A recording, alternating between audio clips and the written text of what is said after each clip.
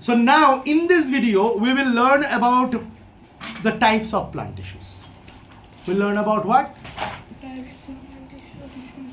The types of, क्या कर रहे हो पीछे बैठ के?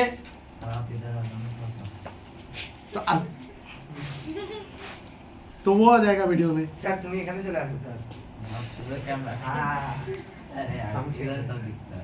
ठीक है, तू आ जाना वीडियो में। क्या? तो ये फेमस हो जाएगा भाई। अपना चैनल का नाम बोल दे। Okay, so plant tissues are basically, if you want to divide plant tissue, divide it as meristematic tissue and permanent tissue. क्या लिखना है? प्लांट टिश्यू, ऐसे दो दागी लाना है, meristematic tissue, permanent tissue. Meristematic tissue के नीचे कम जगह रखो, परमानेंट टिश्यू के नीचे ज्यादा जगह रखो। चलो लिखो, प्लांट टिश्यू डिवाइड करो दो में, मेरिस्टेमेटिक टिश्यू और permanent tissue. Meristematic MERISTEMATIC। Question नहीं, प्लांट टिश्यू लिख के, प्लांट टिश्यूज लिख के ऐसे नहीं, डिफरेंस फ्लो चार्ट करना है। मतलब ये ऐसे लाइन बना के ऐसे। हाँ हाँ हाँ, लाइन बना के ऐसे।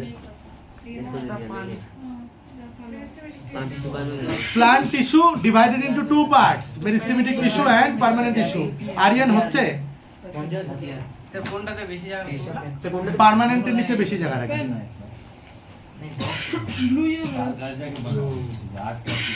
আছে তো বেশি।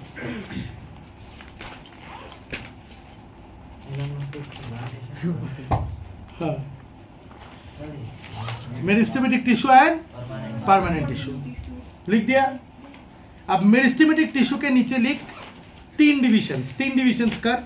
Apical meristem, MERISTEM, apical spelling APICAL, apical meristem, lateral meristem and intercalary meristem. Apical meristem, lateral meristem and intercalary meristem. Apical, APICAL meristem, lateral, LATERAL, lateral meristem, intercalary, INTERCALARY, intercalary meristem. Apical meristem, lateral meristem and intercalary meristem.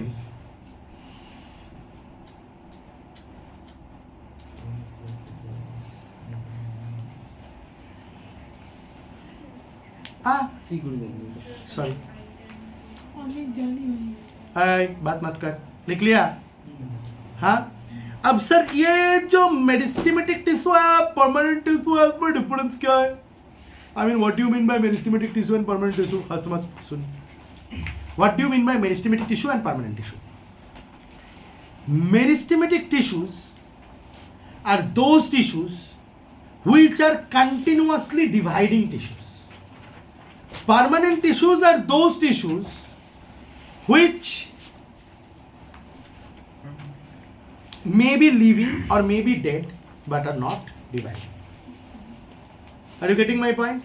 Meristematic tissues are those tissues which are, what I am saying, continuously dividing tissues.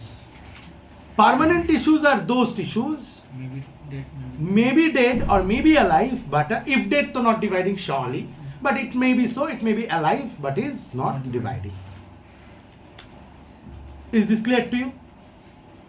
Now sir, you told that meristematic tissue. What are the characteristics of meristematic tissue? How would I understand that it's a meristematic tissue? Obviously they are living. अगर plant के लिए बात करो, क्योंकि plant में dead tissues भी रहता है, तो मैं एक कैरेक्टरिस्टिक तो लिख ही सकता हूँ, meristematic tissues are living and continuously dividing and are very active, right? If they are dividing and are very active, सुन ले मेरी बात, if they are dividing and are very active, do you think it has मोटा cell wall और पतला cell wall? Otherwise division will be a problem. So definitely they have thin cell wall. देख, एक concept के साथ दूसरा concept linked है. देख कि meristematic tissues are continuously dividing tissues and living tissues. अगर वो कंटिन्यूअसली डिवाइडिंग टिश्यूज है तो उसका सेल वॉल पतला होना चाहिए, मोटा होना चाहिए? ज्यादा अगर करने के लिए तब तक ज्यादा डिवीजन करने के लिए पतला होना चाहिए ना. और मेरिस्टेमेटिक टिश्यू कंटिन्यूअसली डिवाइड करता है। और अगर मोटा हो तो रिजिड हो जाएगा। रिजिड हो जाएगा, डेड हो जाएगा, तो वो मेरिस्टेमेटिक में नहीं होना चाहिए। यस और नो? तो मेरिस्टेमेटिक टिश्यूज के जो सेल वॉल है वो क्या होते हैं? थिन सेलुलोज वॉल्स है। थिन सेलुलोज वॉल क्या होते हैं? Thin cellulose wall. गुड। अच्छा मेरे को एक बात बता, अगर वो बहुत ज्यादा डिवाइड कर रहा है तो उसका साइटोप्लाज्म डेंस होना चाहिए, ग्रैनुलर होना चाहिए, बहुत सारे ग्रैनुल्स रहना चाहिए साइटोप्लाज्म में। सर क्यों? क्योंकि अगर वो डिवाइड कर रहा है तो बहुत कुछ सिंथेसाइज कर रहा है। याद है, ये शायद वीडियो में तुम लोगों को मैं नहीं बताया था, मतलब टिश्यूज जब मैंने थोड़ी देर पहले क्लास में बताया था कि टिश्यूज जानने के लिए तुम लोगों को सेल साइकिल जानना इंपॉर्टेंट है। फिर मैंने सिखाया था कि G0 phase, G1 phase, S phase, G2 phase, M phase और ऐसे सेल डिवीजन, सेल साइकिल। याद है सेल साइकिल के बारे में? नहीं याद है? थोड़ा सा सेल साइकिल जानने से ना सुविधा हो जाता है, it becomes easier for us. लेकिन सेल साइकिल क्या करें, हमारे क्लास 9th के सिलेबस में होता नहीं है, लेकिन टिश्यूज के बारे में पूरा धर बताता है। ठीक है, होता नहीं है लेकिन टिश्यूज के बारे में बताता है। तो कोई बात नहीं, देख कुछ नहीं है। सेल साइकिल क्या है पता है? मैं बताता हूं। सोच कि एक सेल है, पैसा है, सोच कि एक सेल है, ये सेल डिवाइड करके 2 सेल बनेगा। अब अचानक से ये सेल नया बना है, न्यूली बॉर्न सेल, फटाक से ये डिवाइड नहीं करेगा, थोड़ा ग्रोथ दिखाएगा। जब तक वो ग्रो करते रहेगा, डिवाइड फिर से डिवाइड करने से पहले, उस फेज को कहते हैं हम लोग इंटरफेज। इंटरफेज को 3 पार्ट्स में डिवाइड कर सकते हैं, G1 phase, growth 1 phase, S phase, synthesis phase और G2 phase, growth 2 phase. Growth 2 phase complete होने के बाद फिर वो डिवाइड करने के लिए रेडी हो जाता है, क्योंकि थोड़ा ग्रोथ कर लिया, अब डिवाइड करना चाहता हूं। Are you getting my point? तो जब वो डिवाइड करेगा तब वो उसको कहते हैं मल्टीप्लिकेशन फेज या M फेज में घुस जाता है और डिवाइड करके 2 सेल्स बन जाता है। यही है सेल साइकिल। तो सेल साइकिल में क्या क्या फेज होते हैं? इंटरफेज और M फेज, 2 फेज होते हैं। इंटरफेज कौन से पार्ट में ब्रेक है? G1 फेज, S फेज और G2 फेज। G1 फेज में ग्रोथ होता है, G2 फेज में ग्रोथ होता है, S फेज में सिंथेसिस होता है। सिंथेसिस मतलब क्या सिंथेसिस? DNA, RNA, न्यूक्लियोटाइड्स, फिर प्रोटीन्स, ये सब जो डिवीजन के लिए इंपॉर्टेंट है, ये सारी चीजें सिंथेसिस होती हैं, बनते हैं सेल में। तो मुझे एक बात बता, जो एक्टिवली डिवाइडिंग सेल्स होगा उसमें एक्टिव सिंथेसिस होगा। अगर एक्टिव सिंथेसिस होगा तो उसका साइटोप्लाज्म ग्रैनुलर होगा, मटेरियल्स रहेगा उसमें। तो तुमको नहीं लगता कि मेरिस्टेमेटिक सेल जो कि कंटिन्यूअसली डिवाइड करता है उसमें ग्रैन्यूल्स होना चाहिए? ये सब no, so the cytoplasm is granular. याद रहेगा? ओके। नेक्स्ट, न्यूक्लियस क्या होना चाहिए? सिकुड़ गया छोटा सा न्यूक्लियस होना चाहिए कि बड़ा प्रोमिनेंट न्यूक्लियस होना चाहिए? बड़ा prominent। क्यों? तेरे को क्यों लगता है बड़ा प्रोमिनेंट न्यूक्लियस होना चाहिए? अगर बड़ा प्रोमिनेंट न्यूक्लियस है यानी कि उसका डीएनए बहुत ज्यादा एक्टिव है, राइट और रॉन्ग? और सेल डिवीजन भी एक्टिवली हो रहा है, एक्टिवली फंक्शनिंग सेल है बे, न्यूक्लियस बड़ा होना चाहिए। So it has a big prominent nucleus, a large prominent nucleus. तुमको क्या लगता है कि मेरिस्टेमेटिक टिश्यू में इंटरसेलुलर स्पेसेस होगा, मतलब सेल और सेल के बीच में जगह रहेगा? हाँ, नहीं, क्योंकि कंटिन्यूअसली डिवाइड कर रहा है ना। So there is no intercellular space, they are tightly packed. They are tightly what? Packed. याद रहेगा? And capable of dividing इंडेफिनिटली।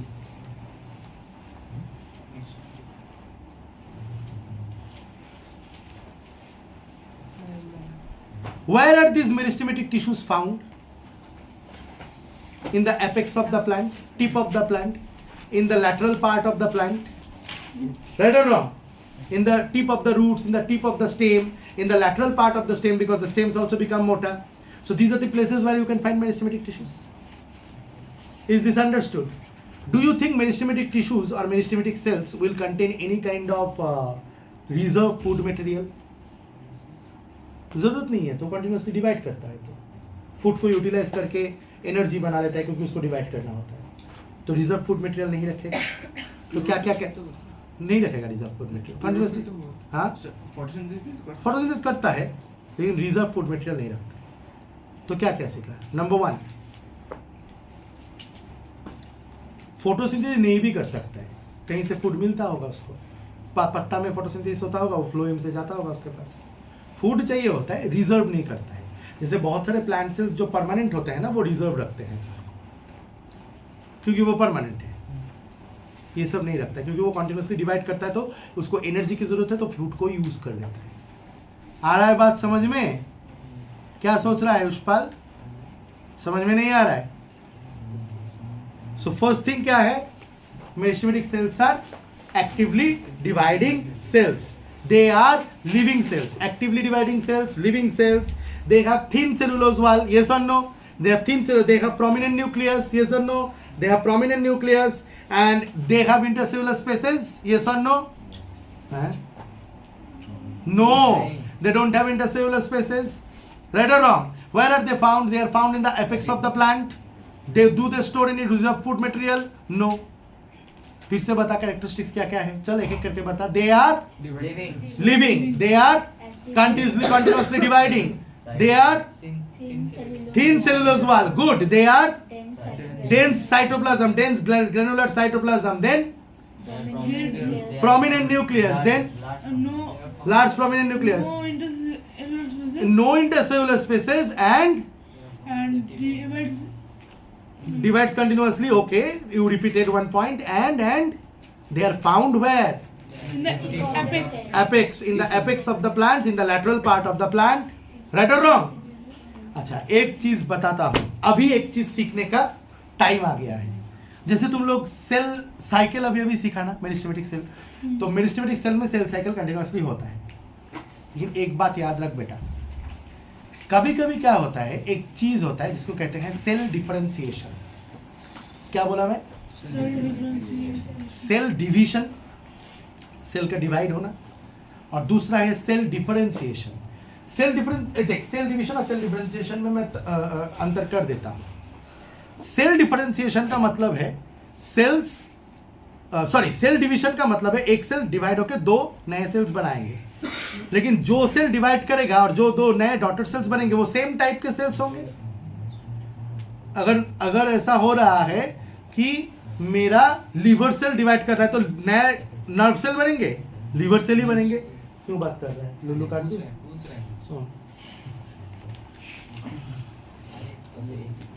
क्यों हंस रहा है लुल्लू? मतलब ना बात में घुसो. आया बात समझ में? Is this clear to you? पूरा अच्छे से समझ में आ गया? कोई डिस्टर्ब की बात है, कोई दिक्कत की बात है? नहीं. अच्छा, तो सेल डिवीजन ये होता है कि same type of cells divide होके same type of cell differentiation क्या होता है पता है? बहुत सारे सेल्स है, ग्रुप ऑफ सेल्स है, और उनमें ना स्ट्रक्चरल एंड फंक्शनल चेंज आके अलग टाइप ऑफ सेल्स बन जाता है. ये ह्यूमंस में भी होता है. ब्लड सेल्स पैदा होता है ये से, क्या बोलते हैं, बोन मैरो से. जब बोन मैरो से ब्लड सेल पैदा होता है, जिस सेल से वो डिवाइड होके आ रहा है उसको कहते हैं हेमाटोपोएटिक स्टेम सेल. लेकिन डिवाइड होके क्या क्या सेल्स बनता है? आरबीसी बनता है, डब्ल्यूबीसी बनता है, प्लेटलेट्स बनता है. डब्ल्यूबीसी के अंदर न्यूट्रोफिल, यूसिनोफिल, बेसोफिल, मोनोसाइट, ये वो बहुत सारे सेल्स है. टी लिम्फोसाइट, बी लिम्फोसाइट, बहुत सारे सेल्स है. ये सारे अलग अलग टाइप्स ऑफ सेल्स है, अलग अलग फंक्शंस है, अलग अलग स्ट्रक्चर है, लेकिन बना एक ही जगह से. मतलब सोच, मैं 10 लड़कों का ग्रुप बनाया, 10 लड़के हैं, 2 लड़कों को बनाया तू दोनों मॉनिटर है, 2 लड़कों बनाया तू दोनों जाके साक्षी के पीछे घूम, 2 लड़कों को बनाया तुम लोग जाके रिदिमा को स्लैप करके आओ, 2 लड़कों को मैंने ये बोला कि जाके प्रिंसिपल को डिस्टर्ब करो, 2 लड़कों को मैंने जाओ स्कूल में बम फोड़ दो. तो उन लोगों का काम ही अलग हो गया. सारे लड़के हैं, लेकिन मैंने क्या किया, डिफरेंशिएट कर दिया. उसी तरह एक ग्रुप ऑफ सेल पैदा हुआ, नए सेल्स, कुछ सेल्स एक पर्टिकुलर फंक्शन में चला गया, कुछ सेल्स दूसरे फंक्शन में चला गया, कुछ सेल्स दूसरे फंक्शन में चला गया. इस चीज को क्या कहते हैं? Cell differentiation. आया मजा सुन के? समझ में आया? मजा आया? Understood? Meristematic cells, sir cell differentiation क्यों सिखाया? मेरिस्टेमेटिक सेल्स कभी कभी सेल डिफरेंशिएशन करके परमानेंट सेल में बदल जाता है बे. मेरिस्टेमेटिक सेल, सर तो उसका सेल साइकिल उसका बंद हो जाता है, सेल साइकिल से बाहर निकल के आ जाता है. जैसे मैंने इंटरफेज में बताया ना, G1 फेज, S फेज और G0 phase, sorry G2 phase, वो लोग एक फेज में चला जाता है, G0 मतलब G0 phase. Are you getting my point? और इस फेज में जब आ जाते हो तब तुम्हारा डिवीजन बंद हो जाता है. तुम डिफरेंशिएट कर चुके हो अलग टाइप ऑफ सेल्स में. और मेरिस्टेमेटिक सेल्स में ये होता है, वो डिफरेंशिएट करके अलग टाइप ऑफ सेल बन जाता है। आया समझ में? 3 टाइप ऑफ मेरिस्टेमेटिक सेल्स होते हैं, apical meristem, lateral meristem, intercalary meristem, जो तुम लोगों ने लिखा। और नेक्स्ट वीडियो में मैं टाइप्स ऑफ मेरिस्टेमेटिक सेल्स से समझाने की कोशिश करूंगा। मजा आया क्लास करके? समझा सब कुछ? Bye bye.